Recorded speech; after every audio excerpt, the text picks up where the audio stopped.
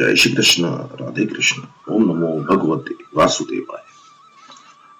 तत्व ज्ञान प्राप्त करने की प्रचलित प्रणाली का वर्णन करके अब भगवान आगे के 3 श्लोक में तत्व ज्ञान का वास्तविक महात्मा बताते हैं। पूर्व श्लोक में भगवान ने कहा कि वे महापुरुष तेरे को तत्व ज्ञान का उपदेश देंगे, परंतु उपदेश सुनने मात्र से वास्तविक बोध अर्थात स्वरूप का यथार्थ अनुभव नहीं होता, और वास्तविक बोध का वर्णन भी कोई नहीं कर सकता, कारण कि वास्तविक बोध करण निरपेक्ष है, अर्थात मन वाणी आदि से परे है। अतः वास्तविक बोध स्वयं के द्वारा ही स्वयं को होता है, और यह तब होता है जब मनुष्य अपने विवेक अर्थात जड़ चेतन के भेद का ज्ञान को महत्व देता है।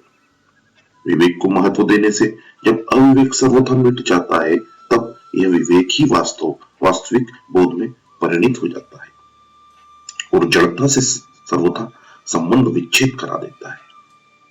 वास्तविक बोध होने पर फिर कभी मोह नहीं होता। गीता के पहले अध्याय में अर्जुन का मोह प्रकट होता है कि युद्ध में सभी कुटुंबी सगे संबंधी लोग मर जाएंगे, तो उन्हें पिंड और जल देने वाला कौन होगा।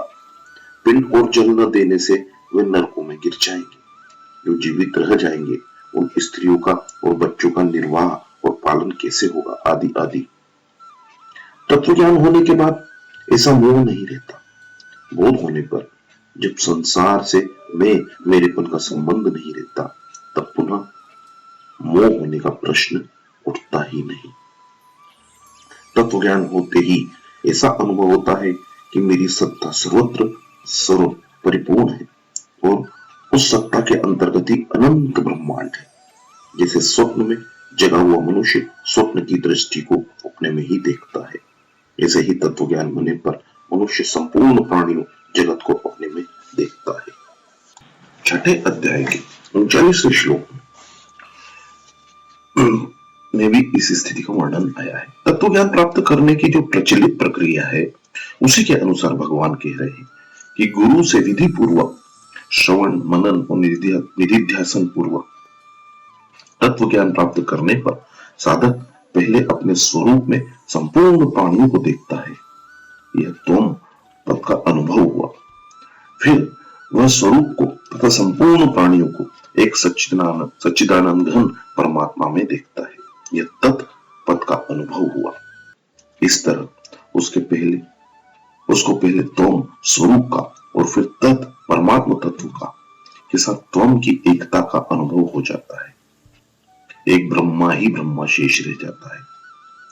इसी अवस्था में दृष्टा, दृश्य और दर्शन ये तीनों ही नहीं रहते, परंतु लोगों की दृष्टि में उसके अपने कहलाने वाले अंतःकरण में जो भाव दिखता है, उसको लेकर ही भगवान कहते हैं कि वह सबको मेरे में देखता है।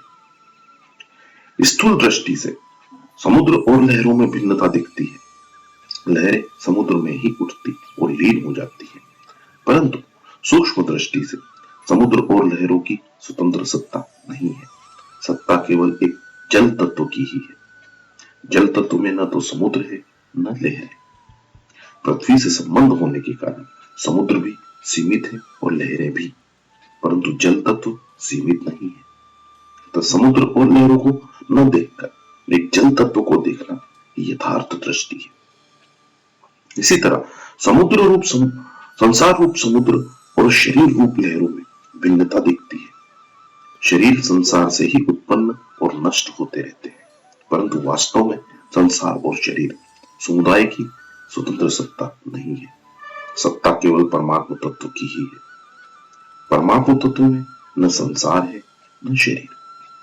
प्रकृति से संबंध होने के कारण संसार भी सीमित है और शरीर भी, परंतु परमात्मा तत्व सीमित नहीं है। अतः संसार और शरीरों को न देखकर परमात्मा तत्व को ही देखना यथार्थ दृष्टि है। विशिष्ट भाव यह है कि तत्व ज्ञान अथवा अज्ञान का नाश एक ही बार होता है और सदा के लिए ही होता है। तात्पर्य है कि तत्व ज्ञान की आवृत्ति नहीं होती। वह एक बार अनुभव में आ गया तो सदा के लिए आ ही गया, कारण कि जब अज्ञान की स्वतंत्र सत्ता ही नहीं है, तो फिर पुनः अज्ञान कैसे होगा। अतः नित्य निवृत्त अज्ञान की ही निवृत्ति होती है और नित्य प्राप्त तत्व की ही प्राप्ति होती है। स्वयं सत्ता मात्र तथा बोध स्वरूप है। बोध का अनादर करने से हमने असत को स्वीकार किया है और असत को स्वीकार करने से ही अविवेक हुआ है। तात्पर्य यह है कि बोध से विमुख होकर हमने असत को सत्ता दी और असत को सत्ता देने से विवेक का अनादर हुआ।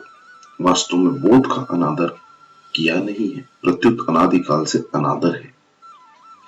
अगर ऐसा माने कि हमने बोध का अनादर किया तो इससे सिद्ध होगा कि पहले बोध का आदर था, अतः अब आदर करेंगे तो पुनः अनादर हो जाएगा। परंतु बोध एक ही बार होता है और सदा के लिए होता है। तत्व ज्ञान होने पर फिर मोह नहीं होता, क्योंकि वास्तव में मोह है ही नहीं। मिटता वही है जो नहीं होता और मिलता वही है जो होता है। जगत जीव के अंतर्गत है और जीव परमात्मा के अंतर्गत है। इसलिए साधक पहले जगत को अपने में देखता है, फिर अपने को परमात्मा में देखता है। आत्मज्ञान ज्ञान है और परमात्मा ज्ञान विज्ञान है। आत्मज्ञान में निजानंद है और परमात्मा ज्ञान में परमानंद है। लौकिक निष्ठा, कर्मयोग तथा ज्ञान योग से आत्मज्ञान का अनुभव होता है और अलौकिक निष्ठा भक्ति योग से परमात्मा तत्व का ज्ञान होता है। सब कुछ भगवान ही है, इस प्रकार समग्र का ज्ञान परमात्मा ज्ञान है। आत्मज्ञान से मुक्ति तो हो ही जाती है, पर सूक्ष्म अहम की गंध रह जाती है, जिससे दार्शनिकों में और उनके दर्शनों में मतभेद रहता है। अगर सूक्ष्म अहम की गंध न हो तो फिर मतभेद कहां से आया? परंतु परमात्मा ज्ञान से सूक्ष्म अहम की गंध भी नहीं रहती और उसमें पैदा होने वाले संपूर्ण दार्शनिक मतभेद समाप्त हो जाते हैं। तात्पर्य यह हुआ कि जब तक आत्मनी है तब तक दार्शनिक मतभेद है, अर्थात अहम है जब तक दार्शनिक मतभेद है। जब वासुदेव सर्वम का अनुभव होने पर सब मतभेद मिट जाते हैं, तब अथोमयी हो जाता है। अथोमयी में एक परमात्मा के सिवाय दूसरी कोई सत्ता नहीं रहती। पाप करने वालों की तीन श्रेणियां होती हैं। पापकृत, पहला पापकृत अर्थात पाप करने वाला, दूसरा पाप कृतर्थ अर्थात दो पापियों में एक से अधिक पाप करने वाला, और तीसरा पाप कृतम अर्थात संपूर्ण पापियों में सबसे अधिक पाप करने वाला। यहाँ पाप कृतम पद का प्रयोग करके भगवान कहते हैं कि अगर तू संपूर्ण प्राणियों में संपूर्ण पापियों में भी अत्यंत पाप करने वाला है तो भी तत्व ज्ञान से तू संपूर्ण पापों से तर सकता है। भगवान का यह कथन बहुत आश्वासन देने वाला है। तात्पर्य यह है कि जो पापों का त्याग करके साधन में लगा हुआ है उसका तो कहना ही क्या, पर जिसने पहले बहुत पाप किए हों उसको भी जिज्ञासा जागृत होने के बाद अपने उद्धार के विषय में कभी निराश नहीं होना चाहिए। कारण कि पापी से पापी मनुष्य भी यदि चाहे तो इसी जन्म में अपना कल्याण कर सकता है। पुराने पाप उतने बाधक नहीं होते जितने वर्तमान के पाप बाधक होते हैं। अगर मनुष्य वर्तमान में पाप करना छोड़ दे तो निश्चय कर ले कि अब मैं कभी पाप नहीं करूंगा और केवल तत्व ज्ञान को प्राप्त करूंगा, तो उसके पापों का नाश होते देरी नहीं लगती। यदि कहीं 100 वर्षों से घना अंधेरा छाया हो और वहां दीपक जला दिया जाए तो उस अंधेरे को दूर करके प्रकाश करने में दीपक को 100 वर्ष नहीं लगते, प्रत्युत दीपक जलते ही तत्काल अंधेरा मिट जाता है। इसी तरह तत्व ज्ञान होते ही पहले किए गए संपूर्ण पाप तत्काल नष्ट हो जाते हैं। चेत अर्थात यदि पद देने का तात्पर्य यह है कि प्राय ऐसे पापी मनुष्य परमात्मा में नहीं लगते, परंतु वे परमात्मा में लग नहीं सकते ऐसी बात नहीं है। किसी महापुरुष के संग से अथवा किसी घटना, परिस्थिति, वातावरण आदि के प्रभाव से यदि उनका ऐसा दृढ़ निश्चय हो जाए कि अब परमात्मा तत्व का ज्ञान प्राप्त करना ही है, तो वे भी संपूर्ण पाप समुद्र से भली भांति तर जाते हैं। 9वें अध्याय के 33वें 41वें श्लोक में भी भगवान ने ऐसी ही बात अन्य भाव से अपना भजन करने वालों के लिए कही है कि महान दुराचारी मनुष्य भी अगर यह निश्चय कर ले कि अब मैं भगवान का ही भजन करूंगा तो उसका भी बहुत जल्दी कल्याण हो जाता है। प्रकृति के कार्य, शरीर और संसार के संबंध से ही संपूर्ण पाप होते हैं। तत्व ज्ञान होने पर जब इनसे सर्वथा संबंध विच्छेद हो जाता है तब पाप कैसे रह सकते हैं। परमात्मा के स्वतः सिद्ध ज्ञान के साथ एक होना ही ज्ञान अर्थात ज्ञान रूप नौका का प्राप्त होना है। मनुष्य कितना ही पापी क्यों न रहा हो, ज्ञान रूप नौका से वह संपूर्ण पाप समुद्र से अच्छी तरह तर जाता है। यह ज्ञान रूप नौका कभी टूटती फूटती नहीं है, इसमें कभी छिद्र नहीं होता और ये कभी डूबती भी नहीं है। यह मनुष्य को पाप समुद्र से पार करा देती है। ज्ञान यज्ञ से ही यह ज्ञान रूप नौका प्राप्त होती है। यह ज्ञान यज्ञ आरंभ से ही विवेक को लेकर चलता है और तत्व ज्ञान से इसकी पूर्णता हो जाती है। पूर्णता होने पर लेश मात्र भी पाप नहीं रहता। परिशिष्ट भाव यह है कि यहां भगवान ने पापी की आखिरी हद तक बता दी है। यद्यपि पापिभ्य पद बहुवचन होने से संपूर्ण पापियों का वाचक है, फिर भी भगवान ने इसके साथ सर्वेभ्य पद दिया है। सर्वेभ्य पद भी संपूर्ण का वाचक है। ये दो पद देने के बाद भी भगवान ने पाप कृतम पद और दिया है जो अतिशयता का बोधक है। पहले पाप कृत होता है, फिर पाप कृतर्थ होता है, तो फिर पाप कृतम होता है। तात्पर्य निकला कि संपूर्ण संसार में जितने भी पापी हो सकते हैं उन संपूर्ण पापियों से भी जो अत्यधिक पापी है उसको भी ज्ञान प्राप्त हो सकता है। कारण कि पाप कितने ही क्यों न हो, वे असत ही है, जबकि ज्ञान सत है। सत के आगे असत कैसे टिक सकता है। पाप अपवित्र है जबकि ज्ञान परम पवित्र है। अपवित्र वस्तु पवित्र वस्तु को कैसे अटका सकती है। अतः पापों में ज्ञान को अटकाने की ताकत नहीं है। ज्ञान प्राप्ति में खास बाधा है नाशवान सुख की आसक्ति। भोग आसक्ति के कारण ही मनुष्य की पारमार्थिक विषय में रुचि नहीं होती और रुचि न होने के लिए ही ज्ञान की प्राप्ति बड़ी कठिन प्रतीत होती है। पीछे के श्लोक में भगवान ने ज्ञान रूपी नौका से संपूर्ण पाप समुद्र को तरने की बात कही। उससे यह प्रश्न पैदा होता है कि पाप समुद्र तो शेष रहता ही है, फिर उसका क्या होगा।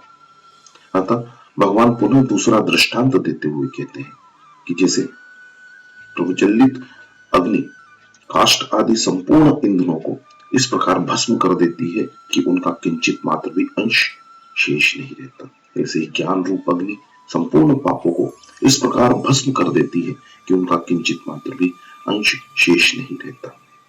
जिसे अग्नि काष्ठ को भस्म कर देती है, ऐसे ही तत्व ज्ञान रूपी अग्नि संचित, प्रारब्ध और क्रियामय तीनों कर्मों को भस्म कर देती है। जिसे अग्नि में काष्ठ का अत्यंत अभाव हो जाता है, ऐसे ही तत्व ज्ञान में संपूर्ण कर्मों का अत्यंत अभाव हो जाता है। तात्पर्य यह है कि ज्ञान होने पर कर्मों से अथवा संसार से सर्वथा संबंध विच्छेद हो जाता है। संबंध विच्छेद होने पर संसार की स्वतंत्र सत्ता का अनुभव नहीं होता, प्रत्युत एक परमात्म तत्व ही शेष रहता है। वास्तव में मात्र क्रियाएं प्रकृति के द्वारा ही होती हैं। उन क्रियाओं से अपना संबंध मान लेने से कर्म होते हैं। नाड़ियों में रक्त प्रवाह होना, शरीरों का बालक से जवान होना, श्वासों का आना जाना, भोजन का पचना आदि क्रियाएं जिस समष्टि प्रकृति में होती है, उसी प्रकृति से खाना पीना, चलना बैठना, देखना बोलना आदि क्रियाएं भी होती हैं। परंतु मनुष्य अज्ञानवश उन क्रियाओं से अपना संबंध मान लेता है, अर्थात अपने को उन क्रियाओं का कर्ता मान लेता है। इससे वे क्रियाएं कर्म बनकर मनुष्य को बांध देती हैं। इस प्रकार माने हुए संबंध से ही कर्म होते हैं, अन्यथा क्रियाएं ही होती है। तत्व ज्ञान होने पर अनेक जन्मों के संचित कर्म सर्वथा नष्ट हो जाते हैं, कारण कि सभी संचित कर्म अज्ञान के आश्रित रहते हैं। अतः ज्ञान होते ही आश्रय आधार रूप अज्ञान न रहने से वे नष्ट हो जाते हैं। तत्व ज्ञान होने पर कर्तव्य अभिमान नहीं रहता, अतः सभी क्रियामान कर्म अकर्म हो जाते हैं। अर्थात फलजनक नहीं होते। प्रारब्ध कर्म का घटना घटना अंश अनुकूल प्रतिकूल परिस्थिति तो जब तक शरीर रहता है तब तक रहता है, परंतु ज्ञानी पर उसका कोई असर नहीं पड़ता, कारण कि तत्व ज्ञान होने पर प्रकृति नहीं रहता। अतः अनुकूल प्रतिकूल परिस्थिति सामने आने पर वह सुखी और दुखी नहीं होता। इस प्रकार तत्व ज्ञान होने पर संचित प्रारब्ध और क्रियमाण तीनों कर्मों से किंचित मात्र भी संबंध नहीं रहता। कर्मों से अपना संबंध न रहने से कर्म नहीं रहते, भस्म रह जाती है, अर्थात सभी कर्म अकर्म हो जाते हैं। जय श्री कृष्ण, राधे कृष्ण। ओम नमो भगवते वासुदेवाय।